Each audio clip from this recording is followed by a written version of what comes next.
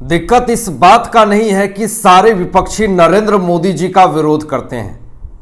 आप विपक्ष हैं, आप नरेंद्र मोदी जी का विरोध कर सकते हैं, लेकिन दिक्कत इस बात का है कि सारे विपक्षी अगर किसी रैली या सभा में जाते हैं, वहां पर अगर हिंदुत्व के विचारधारा का अगर परचम लहराता है, अगर राम राम का नाम सामने आता है और अगर हिंदुत्व के मुद्दे को उठाने वाले व्यक्ति का नाम सामने आता है, तो सारे विपक्षी क्यों बौखलाने लगते हैं? क्या विपक्ष को सारे हिंदुत्व के विचारधारा को अपनाने के नाम पर बुलडोजर चलाना अच्छा लगता है?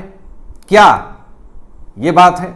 एक ताजा वाक्य निकल करके सामने आया है कि कैसे तेजस्वी यादव शिलान्यास करने पहुंचे थे और वहां पर नरेंद्र मोदी जी का नारा लगने लगा और साथ में राम राम का भी नारा लगने लगा, तो वो बौखला गए तेजस्वी यादव। धीरेन्द्र शास्त्री का भी नाम लिया गया तेजस्वी यादव के सामने, वह वीडियो दिखाएंगे आपको। और आगे प्रशांत किशोर ने वीडियो में कैसे खुलासा किया है कि नीतीश कुमार फिर पलटी मारेंगे, इस वीडियो का भी खुलासा करेंगे और आपको दिखाएंगे।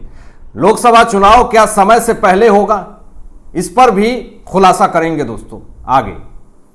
वैशाली में तेजस्वी यादव के सामने कुछ लोगों ने मोदी मोदी के नारे लगाना शुरू कर दिया। मोदी, मोदी, मोदी,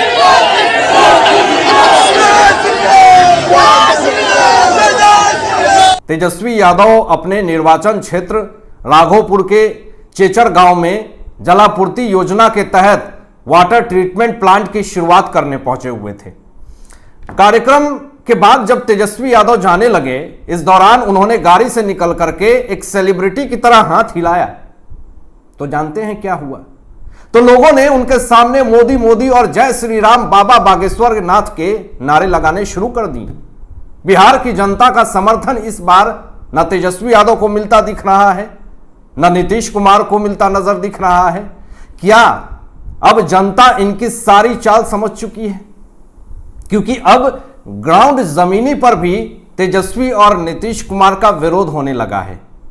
जिस दर्जे से, जिस सम्मान से, जिस क्षेत्र में भी यह लोग जाते हैं, वहां की जनता सिर्फ मोदी मोदी का ही नारा लगाती है। जनता जिस तरीके से विरोध कर रही है, आने वाले समय में तेजस्वी यादव और नीतीश कुमार का सरकार आना मुश्किल है दोस्तों। नीतीश कुमार अफवाह मास्टर हो गए हैं। अब नीतीश कुमार की आरजेडी से डील हुई है कि तेजस्वी को वह मुख्यमंत्री बनाएंगे और खुद राष्ट्रीय राजनीति में जाएंगे। बिहार के मुख्यमंत्री इसलिए बेचैन है।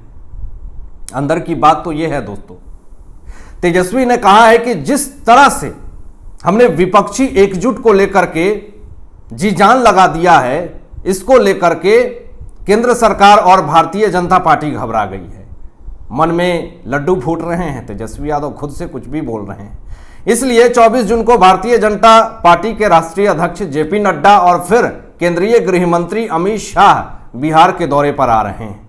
इसलिए हो सकता है कि लोकसभा चुनाव समय से पहले हो जाए, ये तेजस्वी यादव कहते हैं। लोकसभा चुनाव वाले बयान पर सीएम नीतीश के बयान, बीजेपी प्रदेश अध्यक्ष सम्राट चौधरी ने मुख्यमंत्री से पूछा कि क्या उनकी पीएम मोदी से बात हुई है, जिससे उन्हें देश में जल्द चुनाव की संभावना नजर आ रही है। उन्होंने कहा कि तथ्य यह है कि केवल पीएम ही ऐसा निर्णय ले सकते हैं, क्योंकि लोकसभा भंग करने के लिए कैबिनेट के फैसले की आवश्यकता होगी। सम्राट ने पूछा कि क्या इस पर उन्होंने पीएम मोदी से कोई बात की है या बड़े भाई का बढ़ता दबाव है जो उन्हें अटकलें लगाने पर मजबूर कर रहा है। अब इधर केंद्रीय मंत्री गिरिराज सिंह ने भी नीतीश कुमार पर निशाना साधा है दोस्तों। उन्होंने कहा कि सीएम नीतीश तो भविष्यवक्ता हो गए हैं, चुनाव कब होने हैं उनको मालूम है, लेकिन हमें मालूम नहीं है। गांव घर में एक कहावत है दोस्तों, अपन बिया नहीं सूरदास के बरतुहारी। मतलब उनसे बिहार तो संभल नहीं रहा है और दूसरों पर टिप्पणी कर रहे हैं। मुख्यमंत्री नीतीश कुमार क्या चुनाव आने पर ही काम में तेजी लाएंगे? आपको जनता ने तेजी से काम करने के लिए ही मुख्यमंत्री बनाया है। जनता में पिछले चुनाव में नाराजगी थी सुस्त काम करने की वजह से, इसलिए काम में तेजी लाना चाहिए। राजद के लोग और जेडीयू के लोग चुनाव आने पर ही काम करते हैं। इन्हें नरेंद्र मोदी जी से सीख लेनी चाहिए दिन रात काम करने की।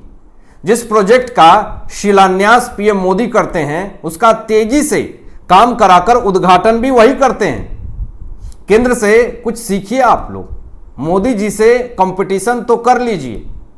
900 करोड़ का संसद भवन बनाते हैं तो दुनिया भर में चर्चा होती है, आप उसका बहिष्कार भी कर देते हैं।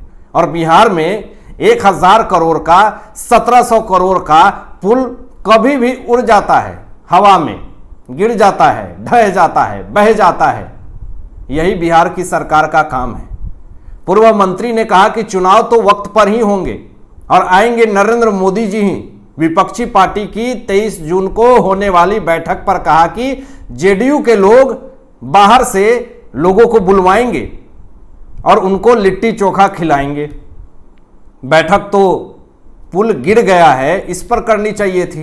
विपक्षी दल चाहे कितना भी इकट्ठा हो लें या कितना भी ये लोग आ जाएंगे, आएंगे तो मोदी जी ही।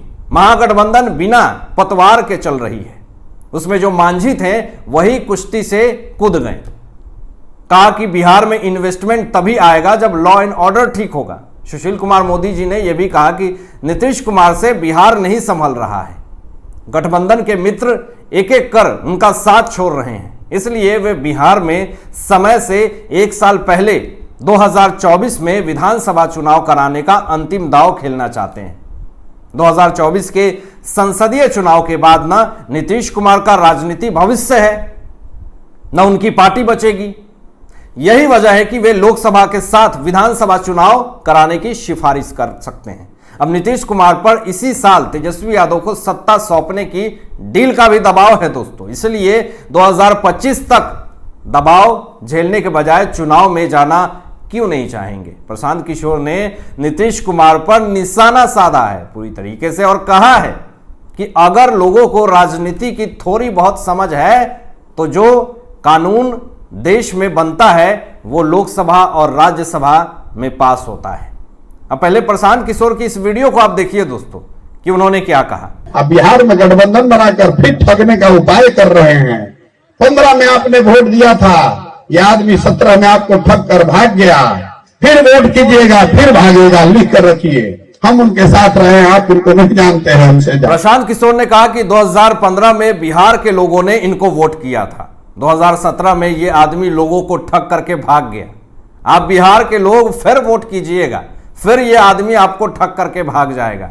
लिख कर रख लीजिए, मैं उनके साथ रहा हूं, मुझे उनसे ज्यादा कोई नहीं जानता। स्थिति स्पष्ट है, नीतीश कुमार की, तेजस्वी यादव की, उनके साथ क्या होने वाला है। रुख की हवा किधर जा रही है यह भी साफ तौर पर दिख रहा है। मूड क्या है बिहार की जनता का यह भाजपा के नेता के बयान से साफ पता चल रहा है। तो विरोध तो नीतीश कुमार और तेजस्वी यादव का बिहार में होने लगा है दोस्तों। भाजपा कोर कमेटी बैठा करके जेडीयू और आरजेडी के सारे सीक्रेट मीटिंग प्लान को फेल कर देगी। जो भी यह प्लान साजिश रच रहे हैं वह पूरी तरीके से नाकामयाब, असफल कर देगी भाजपा।